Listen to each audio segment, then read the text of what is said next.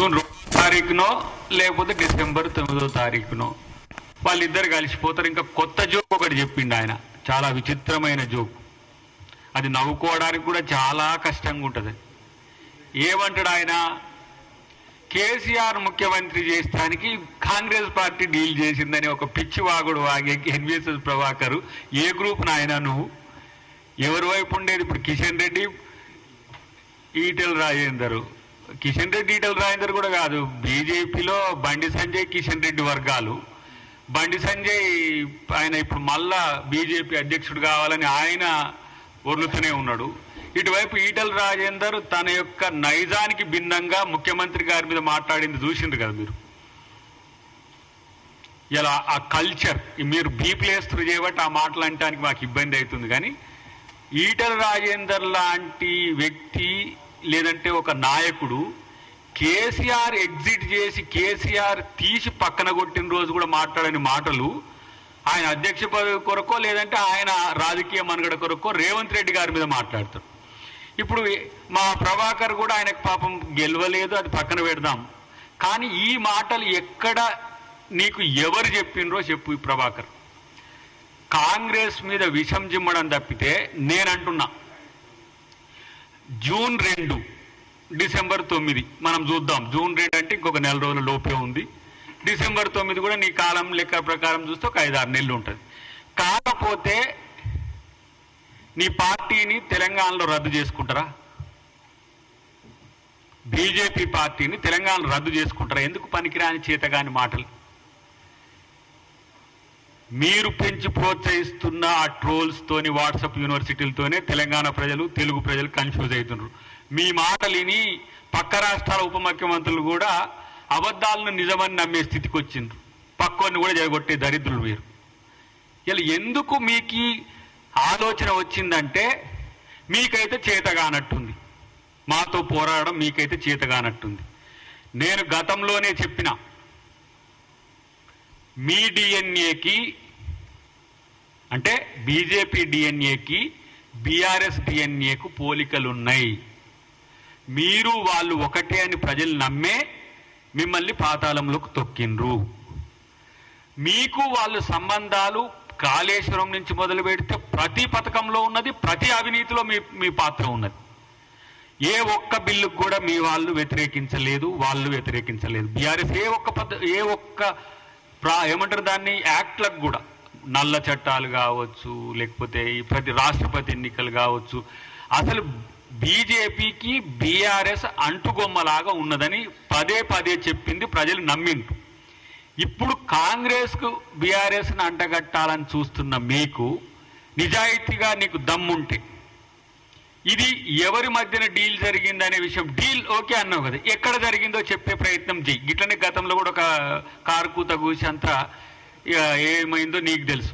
ఇప్పుడు నేను అంటున్నా, గతంలో కూడా నేను ఛాలెంజ్ చేసిన, ఈరోజు మీరన్న మాటల్లో అబద్ధం అనేది లేకుంటే మీరు ఆ వివరాలు ఎవరితో జరిగినో బయటపెట్టి బట్టగాల్చి మీదేస్తే ఈరోజు పరిస్థితి ఎట్లా ఉంటుందో గమనించుకోండి. ఎందుకంటే కొంచెం ఎమ్మెల్సీ అయినాక కొంచెం ఈ పదాలు కొంచెం పొదుపుగా వాడమనే విజ్ఞప్తులు వస్తున్నాయి కాబట్టి మేము మాట్లాడతలేము. కానీ ఇలాంటి సిగ్గుమాలిన చర్యలకు మీకు ఎందుకు దిగజారుతున్నారో మీ బీజేపీలు చెప్పాల్సిన అవసరం ఉంది. అబద్ధాలు ఒక ఎత్తు అయితే, నేనంటున్న బీజేపీ కాంగ్రెస్ మీద చేసిన కామెంట్స్కు కమిట్మెంట్ ఎవరు తీసుకుంటారో నేనే చెప్పండి. నేను అడుగుతున్న మిమ్మల్ని కిషన్ రెడ్డి అనిపించిందా, బండి సంజయ్ అనిపించిందా? మీరే అన్నారా? ఏ ఆధారంతో అన్నారనేది ఒకటి గుర్తుపెట్టుకో. రేవంత్ రెడ్డి గారు ముఖ్యమంత్రిగా ఈ టర్మే కాదు, నెక్స్ట్ టర్మ్ కూడా వచ్చే అవకాశాలు ఉన్నాయని రేవంత్ రెడ్డి గారి మీద బీజేపీ బీఆర్ఎస్ పార్టీ టార్గెటెడ్గా చేస్తున్నారు. మీరు చేస్తున్న దాంట్లో ఏమైనా తేడా ఉందా మీ కామెంట్లలో? ఒకరు ఒక తీరుగా అంటే ఇంకొకరు ఇంకో తీరుగా అంటున్న పరిస్థితి ఉన్నది తప్పితే మొత్తానికి ఒకటే కదా. బీఆర్ఎస్ కూడా ఇదే పదాలు అంటున్నది. ఎలా రేవంత్ రెడ్డి గారు ఇట్లా చేస్తుండ్రు, రేవంత్ రెడ్డి గారు అట్లా చేస్తుండ్రు, రేవంత్ రెడ్డి గారు ఇది చేయకపోతే బాగుండే. అరే పథకాలన్నీ అమలు చేయమంటారు, మరి అలా 7 లక్షల కోట్లు చేసి అప్పులు చేసినోనికి మీరే మద్దతు ఇచ్చిండ్రు, మళ్ళీ మీరే ఇలా బీఆర్ఎస్ మాతో కలిసి ఉంటున్నారు అంటున్నారు. మీరు నిజంగా నేనంటున్న ఈరోజు ఒక సగటు కాంగ్రెస్ కార్యకర్తగా ఎప్పటికీ బీఆర్ఎస్తో కాంగ్రెస్ కలవదు. ఎందుకు కారణం అంటే అది మా రాహుల్ గాంధీ గారు ఇదే వేదిక మీద గాంధీ భవన్లో చెప్పిపోయింది. ఎవరైతే బీఆర్ఎస్తో పొత్తో బీఆర్ఎస్తో ఎవరైనా కలిసిపోతామంటే పార్టీలకు వెళ్ళి సస్పెండ్ చేస్తా అని చెప్పిండ్రు. నేనంటున్నా ఇవాళ మీరు ఈరోజు బీఆర్ఎస్తో రాజకీయ రహస్య ఒప్పందం ఏర్పాటు చేసుకొని ఎందుకు మీకు సిద్దిపేటలో మీరు సిద్దిపేట మీన్స్ మెదక్లో మీరు బీఆర్ఎస్ ఎందుకు గెలవలేదు, మీరు ఎందుకు గెలిచిండ్రు ఒకసారి లిట్మస్ చేసుకోండి. ఇలా మల్కాజ్గిరిలో కాంగ్రెస్ బీఆర్ఎస్ గెలిచిన చరిత్ర ఉంది, మీరెట్లా గెలిచిండ్రు? ఇలా ఉత్తర తెలంగాణలో బీఆర్ఎస్ బలమే కరీంనగర్ నుంచి పుట్టుక బీఆర్ఎస్ అంటే టీఆర్ఎస్ మళ్ళీ మర్చిపోయారు. ఆ టీఆర్ఎస్ పుట్టింది అక్కడ టీఆర్ఎస్ ఆబ్లిక్ బీఆర్ఎస్ చచ్చి మిమ్మల్ని బతికించి మీకు 8 ఎమ్మెల్యేలు వస్తే 8 ఎంపీలు మీకు వచ్చినాయి. ఎక్కడి నుంచి వచ్చినాయి? ఎమ్మెల్సీలు మీరు పోటీ చేయలే, బీఆర్ఎస్ వాళ్ళు పోటీ చేయలే, వాళ్ళని ఆపినరు. బీఆర్ఎస్కు ఈరోజు నిజాయితీగా చిత్తశుద్ధి ఉంటే వాళ్ళ కార్యకర్తలు కానీ వాళ్ళ నాయకులు కానీ బీఆర్ఎస్ అనేది బీజేపీకి అమ్ముడు పోయిన పార్టీ. బీజేపీకి బి టీంలు ఉంటాయి. లైక్ ఆంధ్రప్రదేశ్లో కాక జనసేన ఎట్లా ఉన్నదో, టీడీపీ ఎట్లా ఉన్నదో, అట్లనే రాష్ట్రమిత్రుడు జగన్ ఎట్లా ఉన్నాడో ఇక్కడ బీఆర్ఎస్ పార్టీ మాతో కొట్లాడినట్టుంటది కానీ మీ బి టీంగానే కొట్లాడుతుంది. ఇది కాదని చెప్పి తేల్చి నేను దాన్ని నిరూపిస్తా. ఏ ఒక్క చట్టం ఒక్క టీఎంసీ అభ్యర్థి రాష్ట్రపతి అభ్యర్థిగా మేము పెట్టిన దగ్గర మాత్రమే వాళ్ళు ఇచ్చిండ్రు. మొన్న ఏది దక్షిణ భారతదేశానికి సీట్ల తగ్గింపు విషయంలో దక్షిణ భారతదేశ పార్టీలు అన్నీ కూడా ఏకమై అక్కడ తమిళనాడులో మీటింగ్ పెట్టినప్పుడు మాతో వచ్చిండ్రు. తప్పితే ఎక్కడ మీకు ఏ చట్టాల్లో మీకు వ్యతిరేకం చేసింది బీఆర్ఎస్ పార్టీ? నేను చెప్తున్న ఈరోజు ఒక ఉద్యమకారునిగా ఇదే రాజ్నాథ్ సింగ్ను కలవడానికి మేము అందరం పోయిన రోజు ఆ రోజు కడియం శ్రీహర్ గారు కూడా ఉన్నారు, జేఏసీ నాయకులం కోదండరామ్ గారు, మీ పార్టీలో ఉన్న శ్రీనివాస్ గౌడు, స్వామి గౌడ్ లాంటి వాళ్ళు కూడా ఉన్నారు. అడగండి. మీరు కాంగ్రెస్లో మీరు విలీనం చేస్తా అంటే మేము ఎందుకు మద్దతు ఇవ్వాలని చెప్పితే మమ్మల్ని అందరినీ పక్కన పెట్టేసి ఆ రోజు నేను కాంగ్రెస్తో ఏం కలవను అని చెప్పి మీతోనే ఉంటా అని చెప్పి ఆ రోజు కేసీఆర్ అన్నాడు. కాబట్టే ఈవీఎంలు కలిపినరో చేతులు కలిపినరో కాంగ్రెస్ రాని చోటు ఏం చేసినరో గత 10 సంవత్సరాలు 11 సంవత్సరాలు బీజేపీతో బీఆర్ఎస్ అంటగాగడం అనేది మేం స్పష్టంగా చూసినాం. ఎవరది? మోడీ, అమిత్ షా, బీజేపీ. సుష్మా స్వరాజ్ గారు కాదు. మరి సుష్మా స్వరాజ్ గారిని కూడా వాళ్ళు వ్యతిరేకించారు. నేను అంటున్నా ఎన్వీఎస్ఎస్ ప్రభాకర్ గారికి ఎంత మేరకు తెలుసో కానీ ప్రతి సందర్భంలో ఆయన కొడుకుని తీసుకుపోయి కేటీఆర్ని తీసుకుపోయి అయ్యా నీ దీవెనలు ఉండాలి ఈయన మీద అని చెప్పి, ప్రధానమంత్రిగా దీవెనలో ఉండాలన్నా నేను నా కొడుకును ముఖ్యమంత్రిగా చేసుకుంటున్నాను ఇంకేదో ఆయన పోయి ఎవరైనా ఏ పార్టీ నాయకులు ఇప్పుడు మేము పోతాం సోనియా గాంధీ గారి కాడికి పోయి అమ్మ మీ బ్లెస్సింగ్స్ ఉండాలి తల్లి అంటాం. లేదంటే మాకు మల్లికార్జున ఖర్గే కాడికి పోతాం, మా రాహుల్ గాంధీ గారి కాడికి పోతాం. మీరు ఎక్కడికి పోయినరు? మీ కార్యక్షేత్రం ఏంది? మీ యొక్క స్ఫూర్తి కేంద్రం ఏందంటే వీళ్ళది బీఆర్ఎస్, వాళ్ళది బీజేపీ. వాళ్ళకు నాయకుడు ఉన్నాడా? పోనీ నేను అంటున్నా కాంగ్రెస్ విచారధారకు బీజేపీ విచారధారకు పోటీ జరుగుతుంది. ఈ పోటీ జరిగినప్పుడు బీఆర్ఎస్ నాయకులు మాతో లేరు, ఎవరితో ఉన్నట్టు? ఇంకో థర్డ్ ఆల్టర్నేటివ్ ఉందా ఏమన్నా? బీజేపీతోనే కదా ఉన్నది. కాబట్టి అలా నేను చెప్పిన కమలం కాడకు గులాబీ పువ్వును అంటుగట్టుకున్నారు. దీన్ని జనంలోకి మళ్ళీ పోతే మాకు బీజేపీకి నష్టం అని చెప్పి ఇలా వాళ్ళు చేస్తున్నది. నేను అంటున్నా ఈటల రాజేందర్ కూడా నీకు అధ్యక్ష పదవి ఇస్తా అంటే దాంట్లో ఎవరు ఒప్పుకుంటారా? వాళ్ళు ఎవరు ఒప్పుకుంటారు? అనవసరంగా నీ నైజానికి భిన్నంగా, నీ నేచురాలిటీకి భిన్నంగా రేవంత్ రెడ్డి గారి మీద ఇష్టం వచ్చినట్టు మాట్లాడుతున్నావు. చాలా మంది నీ మీద జాలి సానుభూతి ఏంటంటే ఒక ఓబీసీవి ఆ రోజు ఏది వామపక్ష భావజాలం నుంచి ఉద్యమాల్లోకి వచ్చి ఇక్కడ తెలంగాణ కొరకు కొట్లాడినామనే జాలి తప్పితే నిన్ను చూస్తే ఇప్పటికీ జాలి ఎందుకుంటుంది? నిన్ను అధ్యక్ష పదవి చేస్తారేమని చెప్పి ఇష్టం వచ్చినట్టుగా ముఖ్యమంత్రి గారి మీద మాట్లాడుతున్నారు. మాట్లాడిన దాంట్లో కూడా నీ నైజానికి భిన్నంగా బూతులు మాట్లాడుతున్న స్థితి. వీళ్ళు ఎట్లాంటోళ్ళు అంటే బీజేపీ వాళ్ళు బూతులంతా మాట్లాడేది వాళ్ళే, బూతులంతా ఎక్స్పోజ్ చేసేది వాళ్ళే. వాళ్ళ సోషల్ మీడియా మొదలు పెడితే ఇంకేదో ఉంటుందిగా, ఇన్ఫ్లుయెన్సర్స్ నుంచి మొదలు పెడితే బూతు రాజాలు ఎవరంటే బీజేపీ వాళ్ళే. మళ్ళీ వాళ్ళు ఇతరులను అంటారు. ఇలా కొడక అని అంటే ఏందన్నట్టు దాని ఉద్దేశం? ఒక ముఖ్యమంత్రిని పట్టుకొని ఇలా అట్నే మిమ్మల్ని అంటే మీకు మంచిగా అనిపిస్తుందా? ఆ భాష వాడితే కొడక భాష, ఇంకో భాష, ఎల్ భాష, ఎం భాష అంతా ఉంటాయి కదా. ఇలాంటి దిగజారు రాజకీయాలకు బీజేపీ వచ్చిందానికే ఫ్రస్ట్రేషన్లో ఉన్నది. ఈ రాష్ట్రంలో మీరు తలకాయ కిందికి పెట్టి కాళ్ళు పైకి పెట్టి పాదయాత్రలు చేసినా తలకాయ యాత్ర చేసినా మీ తలకాయ లేని వాళ్ళకి మీకేం అధికారం వచ్చే పరిస్థితి ఏం లేదు. ఎందుకు ఇలాంటి చేతగాని ప్రకటనలు లేకపోతే ఇలాంటి పనికిరాని ప్రకటనల వల్ల ఏమొస్తుంది? నా ఉద్దేశం ఏంటంటే అసలు మా వాళ్ళు ఫోన్ చేసి ఇట్లా ఎన్విఎస్ఎస్ ప్రభాకర్ ఇట్లా అన్నాడంటే ఈయన ఎవరు గ్రూప్ అని అడుగుతున్నా నేను. ఎవరి గ్రూప్ నుంచి మాట్లాడుతుండే, ఎవరికి బెనిఫిట్ అయ్యేటట్టు మాట్లాడుతున్నా అంటే ఈయనకేం బీజేపీకి బెనిఫిట్ అయ్యేటట్టు మాట్లాడితే ఈ మాటలు మాట్లాడతారా? నిజాయితీగా నేను మాతో ఇక మళ్ళీ దేవుళ్ళని కొట్టుడు అంటే మళ్ళీ దేవుళ్ళ పంచాయతీ పెడతారు ఇల్లు. ప్రతిదీ కూడా ఇట్లా ఏదో పొదుపుతో మాట్లాడాల్సి వస్తున్నది. సరే, మీరు ఎక్కడ మీకు బీఆర్ఎస్కు ఉన్న రాజకీయ రహస్య ఒప్పందము మీకు లేదు అని చెప్పాలంటే మీరు బర్డన్ ఆఫ్ ప్రూఫ్ మీ మీద ఉంది. మాతో కొట్లాడిండ్రు వాళ్ళు, మాతో పోరాడిండ్రు, వాళ్ళకు 39 సీట్లు వచ్చినాయి, మాకు 64 సీట్లు 64+1 వచ్చినాయి. మాకు వాళ్ళకు పోటీ జరిగింది. మరి వాళ్లకు మా వాళ్ళ అధికారంలో ఉన్నారు, విపక్షమైనరు, మేము విపక్షమైనరు. మరి మీరే పక్షం? నా గర్క నా ఘాట్కా లెక్క. ఇలా మీరు బీఆర్ఎస్ను మీరు వేసుకోలేరు, కాంగ్రెస్తో కలిసిపోలేరు. మరి మీదేందో నాకు ఎటు అర్థం కావట్లేదు. కానీ మీ అన్రెస్ట్లో భాగం ఏంటంటే కాంగ్రెస్ పార్టీ మీద అబద్ధపు ప్రచారాలు చేస్తే తస్మాత్ జాగ్రత్త. వ్యక్తుల మీద చేస్తుండ్రు, తర్వాత పార్టీ మీద చేస్తుండ్రు, నెహ్రూ గారి మీద చేస్తుండ్రు, ఈ దేశపు జాతిపిత మీద మహాత్మా గాంధీ మీద ట్రోల్స్ చేస్తున్నారు. సిగ్గు లజ్జ అభిమానం అనేది ఉంటే జాతిపిత అంటోని మీద కూడా ట్రోల్ చేసే వరకు ముఖ్యమంత్రి మీద వదులుతలేరు. సామాన్య వ్యక్తులు బీజేపీని విమర్శించినా కూడా మీరు ఓడుస్తలేరు. ఇలాంటి ఏమంటారు different type of mind set అయితే ఏ పార్టీలో ఉన్నట్టు నాకు కనపడలే. నిన్నెవరో బీఆర్ఎస్ నాయకుడు చేస్తే వాళ్ళ మీద కూడా అంతే. అంటే వీళ్లకు ఒక నీతి, ఒక జాతి, ఒక నిజాయితీ అనే వాటి మీద నమ్మకం లేదు.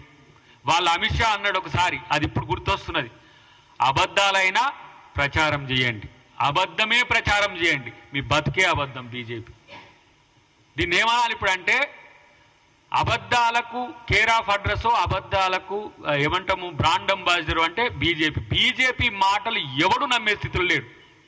ఇలా తెలంగాణ ప్రజలు నమ్ముతారా? పోనీ మీరు అన్న స్టేట్మెంట్ను అఫ్ కోర్స్ మీకు అనుకూలమైన మీడియాలో కొంతమంది చేయొచ్చు, మీ సోషల్ మీడియాలో కొంతమంది చేయొచ్చు, లేకపోతే మీ ఇన్ఫ్లుయెన్సర్స్ ఎవరైనా చెప్పొచ్చు కాక. కానీ బీజేపీకి సౌత్ ఇండియాలో బతికటానికి తెలంగాణలో ఏదో ప్రయోగం చేస్తా అని చెప్పేసి ఇలాంటి పనికి మారిన స్టేట్మెంట్స్ ఇస్తే ఎవరు నమ్మరు. సరికదా? మీ నాయకుల మైండ్ సెట్ ఒకసారి చెక్ చేసుకోండి. సైకాలజిస్టులను చూపించుకుంటారా, సైక్రియాట్రిస్టులను చూపించుకుంటారా? మేము డాక్టర్లను ప్రొవైడ్ చేస్తాం. మేము ఎందుకంటే ప్రభుత్వంలో ఉన్నాం కాబట్టి మంచి సైక్రియాట్రిస్టులను చూపిస్తాం. మోకాళ్ళ నుంచి అరికాళ్ళ జారిపోని, అరికాళ్ళ నుంచి అసలు బుద్ధే లేకపోని, మైండే లేకపోని, ఈ మైండ్ లేని ప్రకటనల వల్ల తెలంగాణ ప్రజలకి ఇబ్బందులు క్రియేట్ చేయకండి. ఇలా మీకు రేవంత్ రెడ్డి గారు చేసే పథకాల్లో ఇప్పుడు ఈ కొంతమంది 420 గారు మాట్లాడుతున్నారు, 420 హామీలని. ఏది అమలు కాదో వాటి గురించి మీరు అడిగే హక్కు ఉన్నది. కానీ అయిన వాటి గురించి మాట్లాడట్లేరు ఎందుకు అని అంటే మేము అయిన వాటి గురించి మీరు చెప్పుకోరని అంటారు. ఇప్పుడు ఈరోజు రేవంత్ రెడ్డి గారి మీద చేసే ఈ ప్రచారాలు ఏవైతే అసత్య ప్రచారాలు, అబద్ధ ప్రచారాలు ఏవైతే ఉన్నాయో అది కూడా ప్రజలు నమ్మట్లేరు. కాబట్టి ఫస్ట్ ఏంది కంచగచ్చిబౌలి, తర్వాత ఏమైంది మళ్ళీ ఈ హామీలకు సంబంధించి వచ్చిర్రు, మళ్ళీ ఏమైంది బీజేపీ బీఆర్ఎస్కి సంబంధించి అలా మీటింగ్ సంబంధించి అది కాలే. ఇప్పుడు ఏం చేయాలి?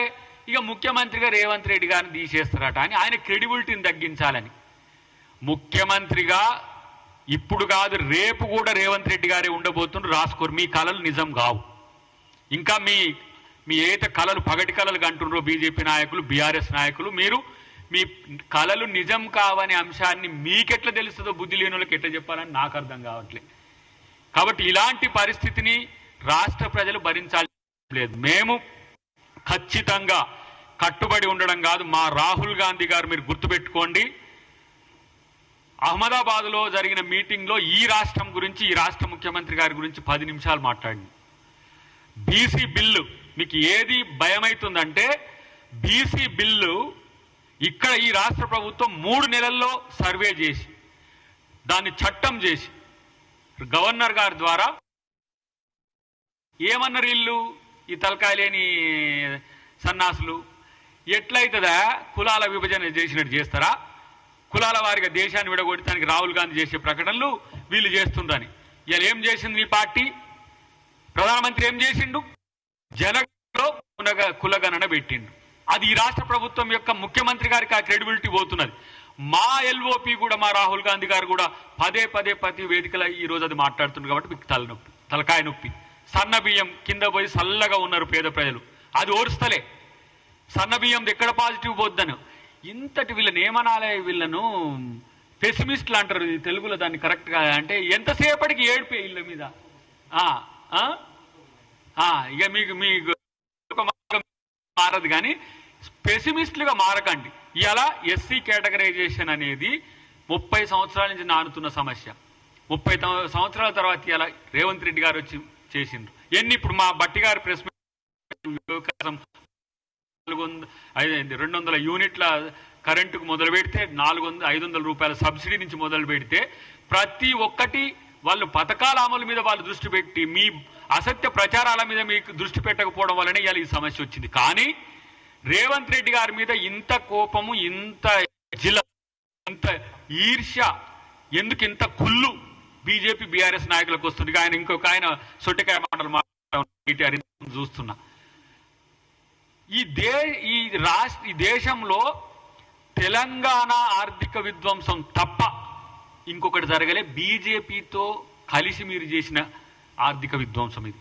ఆర్బీఐ ఎఫ్ఆర్బిఎం నుంచి మొదలు పెడితే ప్రతి ఒక్కటి బీజేపీ సపోర్ట్. కాళేశ్వరం 17 రకాల అనుమతులు వచ్చినట్టు ఎవరిచ్చిండ్రు?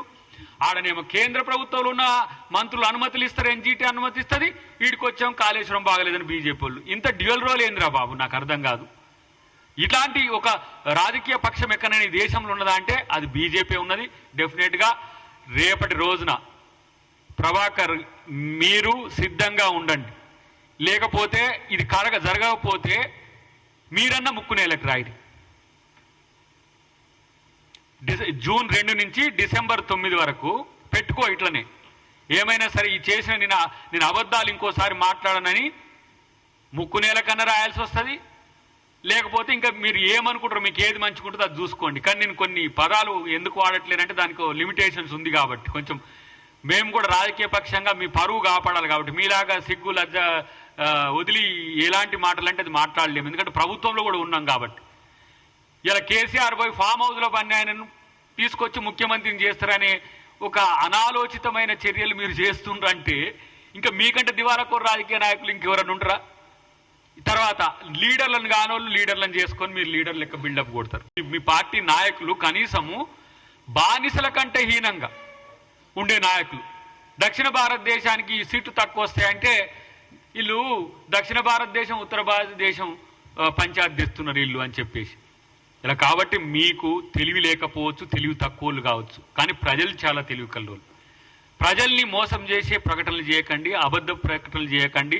మీరు ఎంత చేసినా మిమ్మల్ని ప్రజలు నమ్మలేకపోగా ఈ గులాబీ కమలం యొక్క ఈ ద్వంద్వ ప్రమాణాలను, ద్వంద్వ రాజకీయ వైఖరిని డెఫినెట్గా ప్రజలు గమనిస్తున్నారు.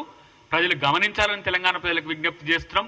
డెఫినెట్గా తెలంగాణ ఉద్యమానికి ద్రోహం చేసినట్టుగా మాట్లాడిన మోడీ ఇవాళ తెలంగాణ ఉద్యమకారుణ్ణి అని చెప్పి బీజేపీతో అంటగాగిన కేసీఆర్, బీజేపీతో అంటగాగి రాజకీయ స్వప్రయోజనాల కోసం రాష్ట్రాన్ని తాకట్టు పెట్టి, రాష్ట్రాన్ని తాకట్టు అనే దానికంటే దోచుకున్న దొంగ ఒకవైపు, రాష్ట్రం ఈరోజు ఇవ్వడము ఏమన్నాడు మోడీ?